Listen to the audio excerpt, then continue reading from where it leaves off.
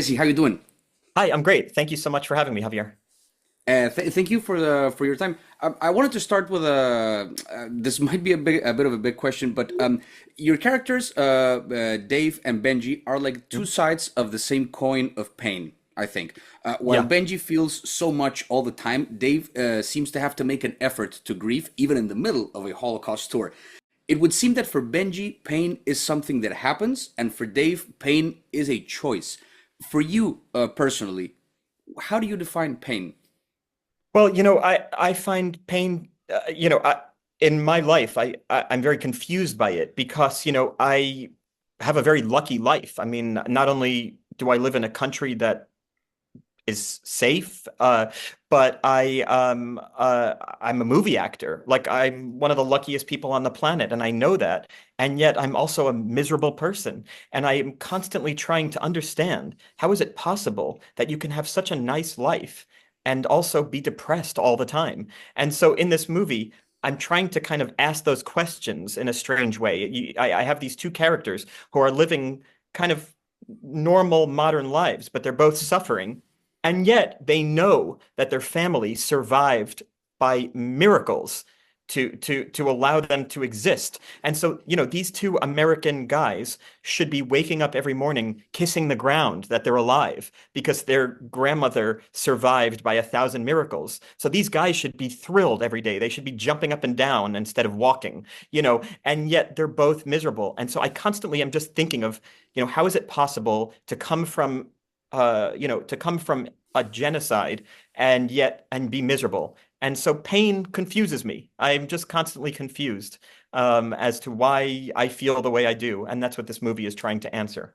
We stay moving, we stay light, we stay agile. Yeah. The conductor's gonna come through, taking tickets. We tell him we're going to the bathroom. Bathroom. He gets to the back of the train, he's gonna start heading towards the front looking for stragglers. Sorry, we're the stragglers? Yeah, by the time he gets to the front, the train's gonna be in the station and we're home free. This is so fucking stupid. Tickets are probably like $12. That's the principle of thing. We shouldn't have to pay for train tickets in Poland. This is our country. No, it's not. It was our country. They kicked us out because they thought we were cheap. And following up on that a little bit, the speaking of the character of Benji, the movie is about pain. It's about the family history and the history of pain that the grandmother went through. But it's also about the internal pain, specifically of Benji's depression, I would think. Yeah. I love the portrayal of depression in this movie because it's complex and it's nuanced. And I wanted to ask you, how did Benji's pain come to life? I mean, was there psychological research involved, or was it inspired by a real story? Like, how did you come up with this specific portrait of depression in that sense? Thank you for saying that. I have always been really fascinated by people like Benji, who, Benji is not based on one person, it's fictional, but I've always been fascinated by people who are very, who seem very comfortable in their own skin and who are very, confident and charming and extroverted, because I'm very shy. And so I've always felt envious and jealous of people like that. But when I start writing about people like that, and try to get into the mind of people like that, I think there might be something very sad at the core. And so when you see Benji on his own at the airport, there's something sad about him. Hmm. There's something very lonely about him. And it's the way I think about people like that, a lot of times people who are very, loud and funny and charming are often suffering inside. And I wanted to show that. So Benji, there's no diagnosis. I can't think of maybe the diagnosis that he has, but I just feel like I understand people enough to be able to write him. Right, from a more like a human approach more than a clinical. Yeah, exactly. And Kieran Culkin as well.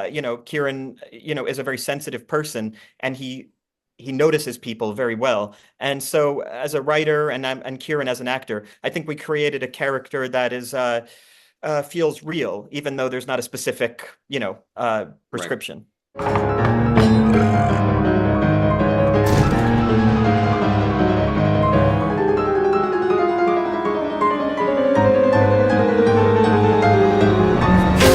Shit. the flying fuck, man? I'm so Why sorry. did you do Fuck, that? you're like red. Yeah, because you fucking slapped me in the face. Speaking of Kieran's character, I've seen a couple of clips of other interviews you've had where you say how you cast him based on his essence, you said. Yeah. more than a specific piece of work that you had seen. I was wondering if there was some kind of eureka moment where you figured out that the role was for him, because I understand that originally Yeah. Benji was going to be played by you. What was the Yeah. shift? I think my eureka moment was just when my sister told me to cast him because she really loved him.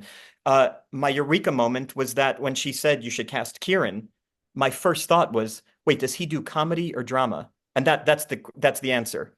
Is that this movie has to be both. And so you can Right. hire a comedian to do that part and it would be really funny, but it's not going to feel emotional. And you could hire a dramatic actor to do that part and it's just going to be boring and flat.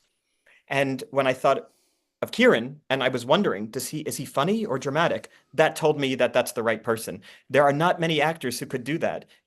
I really like acting in that way. I like doing comedy and drama equally. And Kieran likes that style too. Our producer is Emma Stone. She does that kind of thing. But it's not the most common thing. A lot of actors, you're either a comic actor or a dramatic actor. But Kieran and Emma are really in this great category of people who do both so nicely. Right.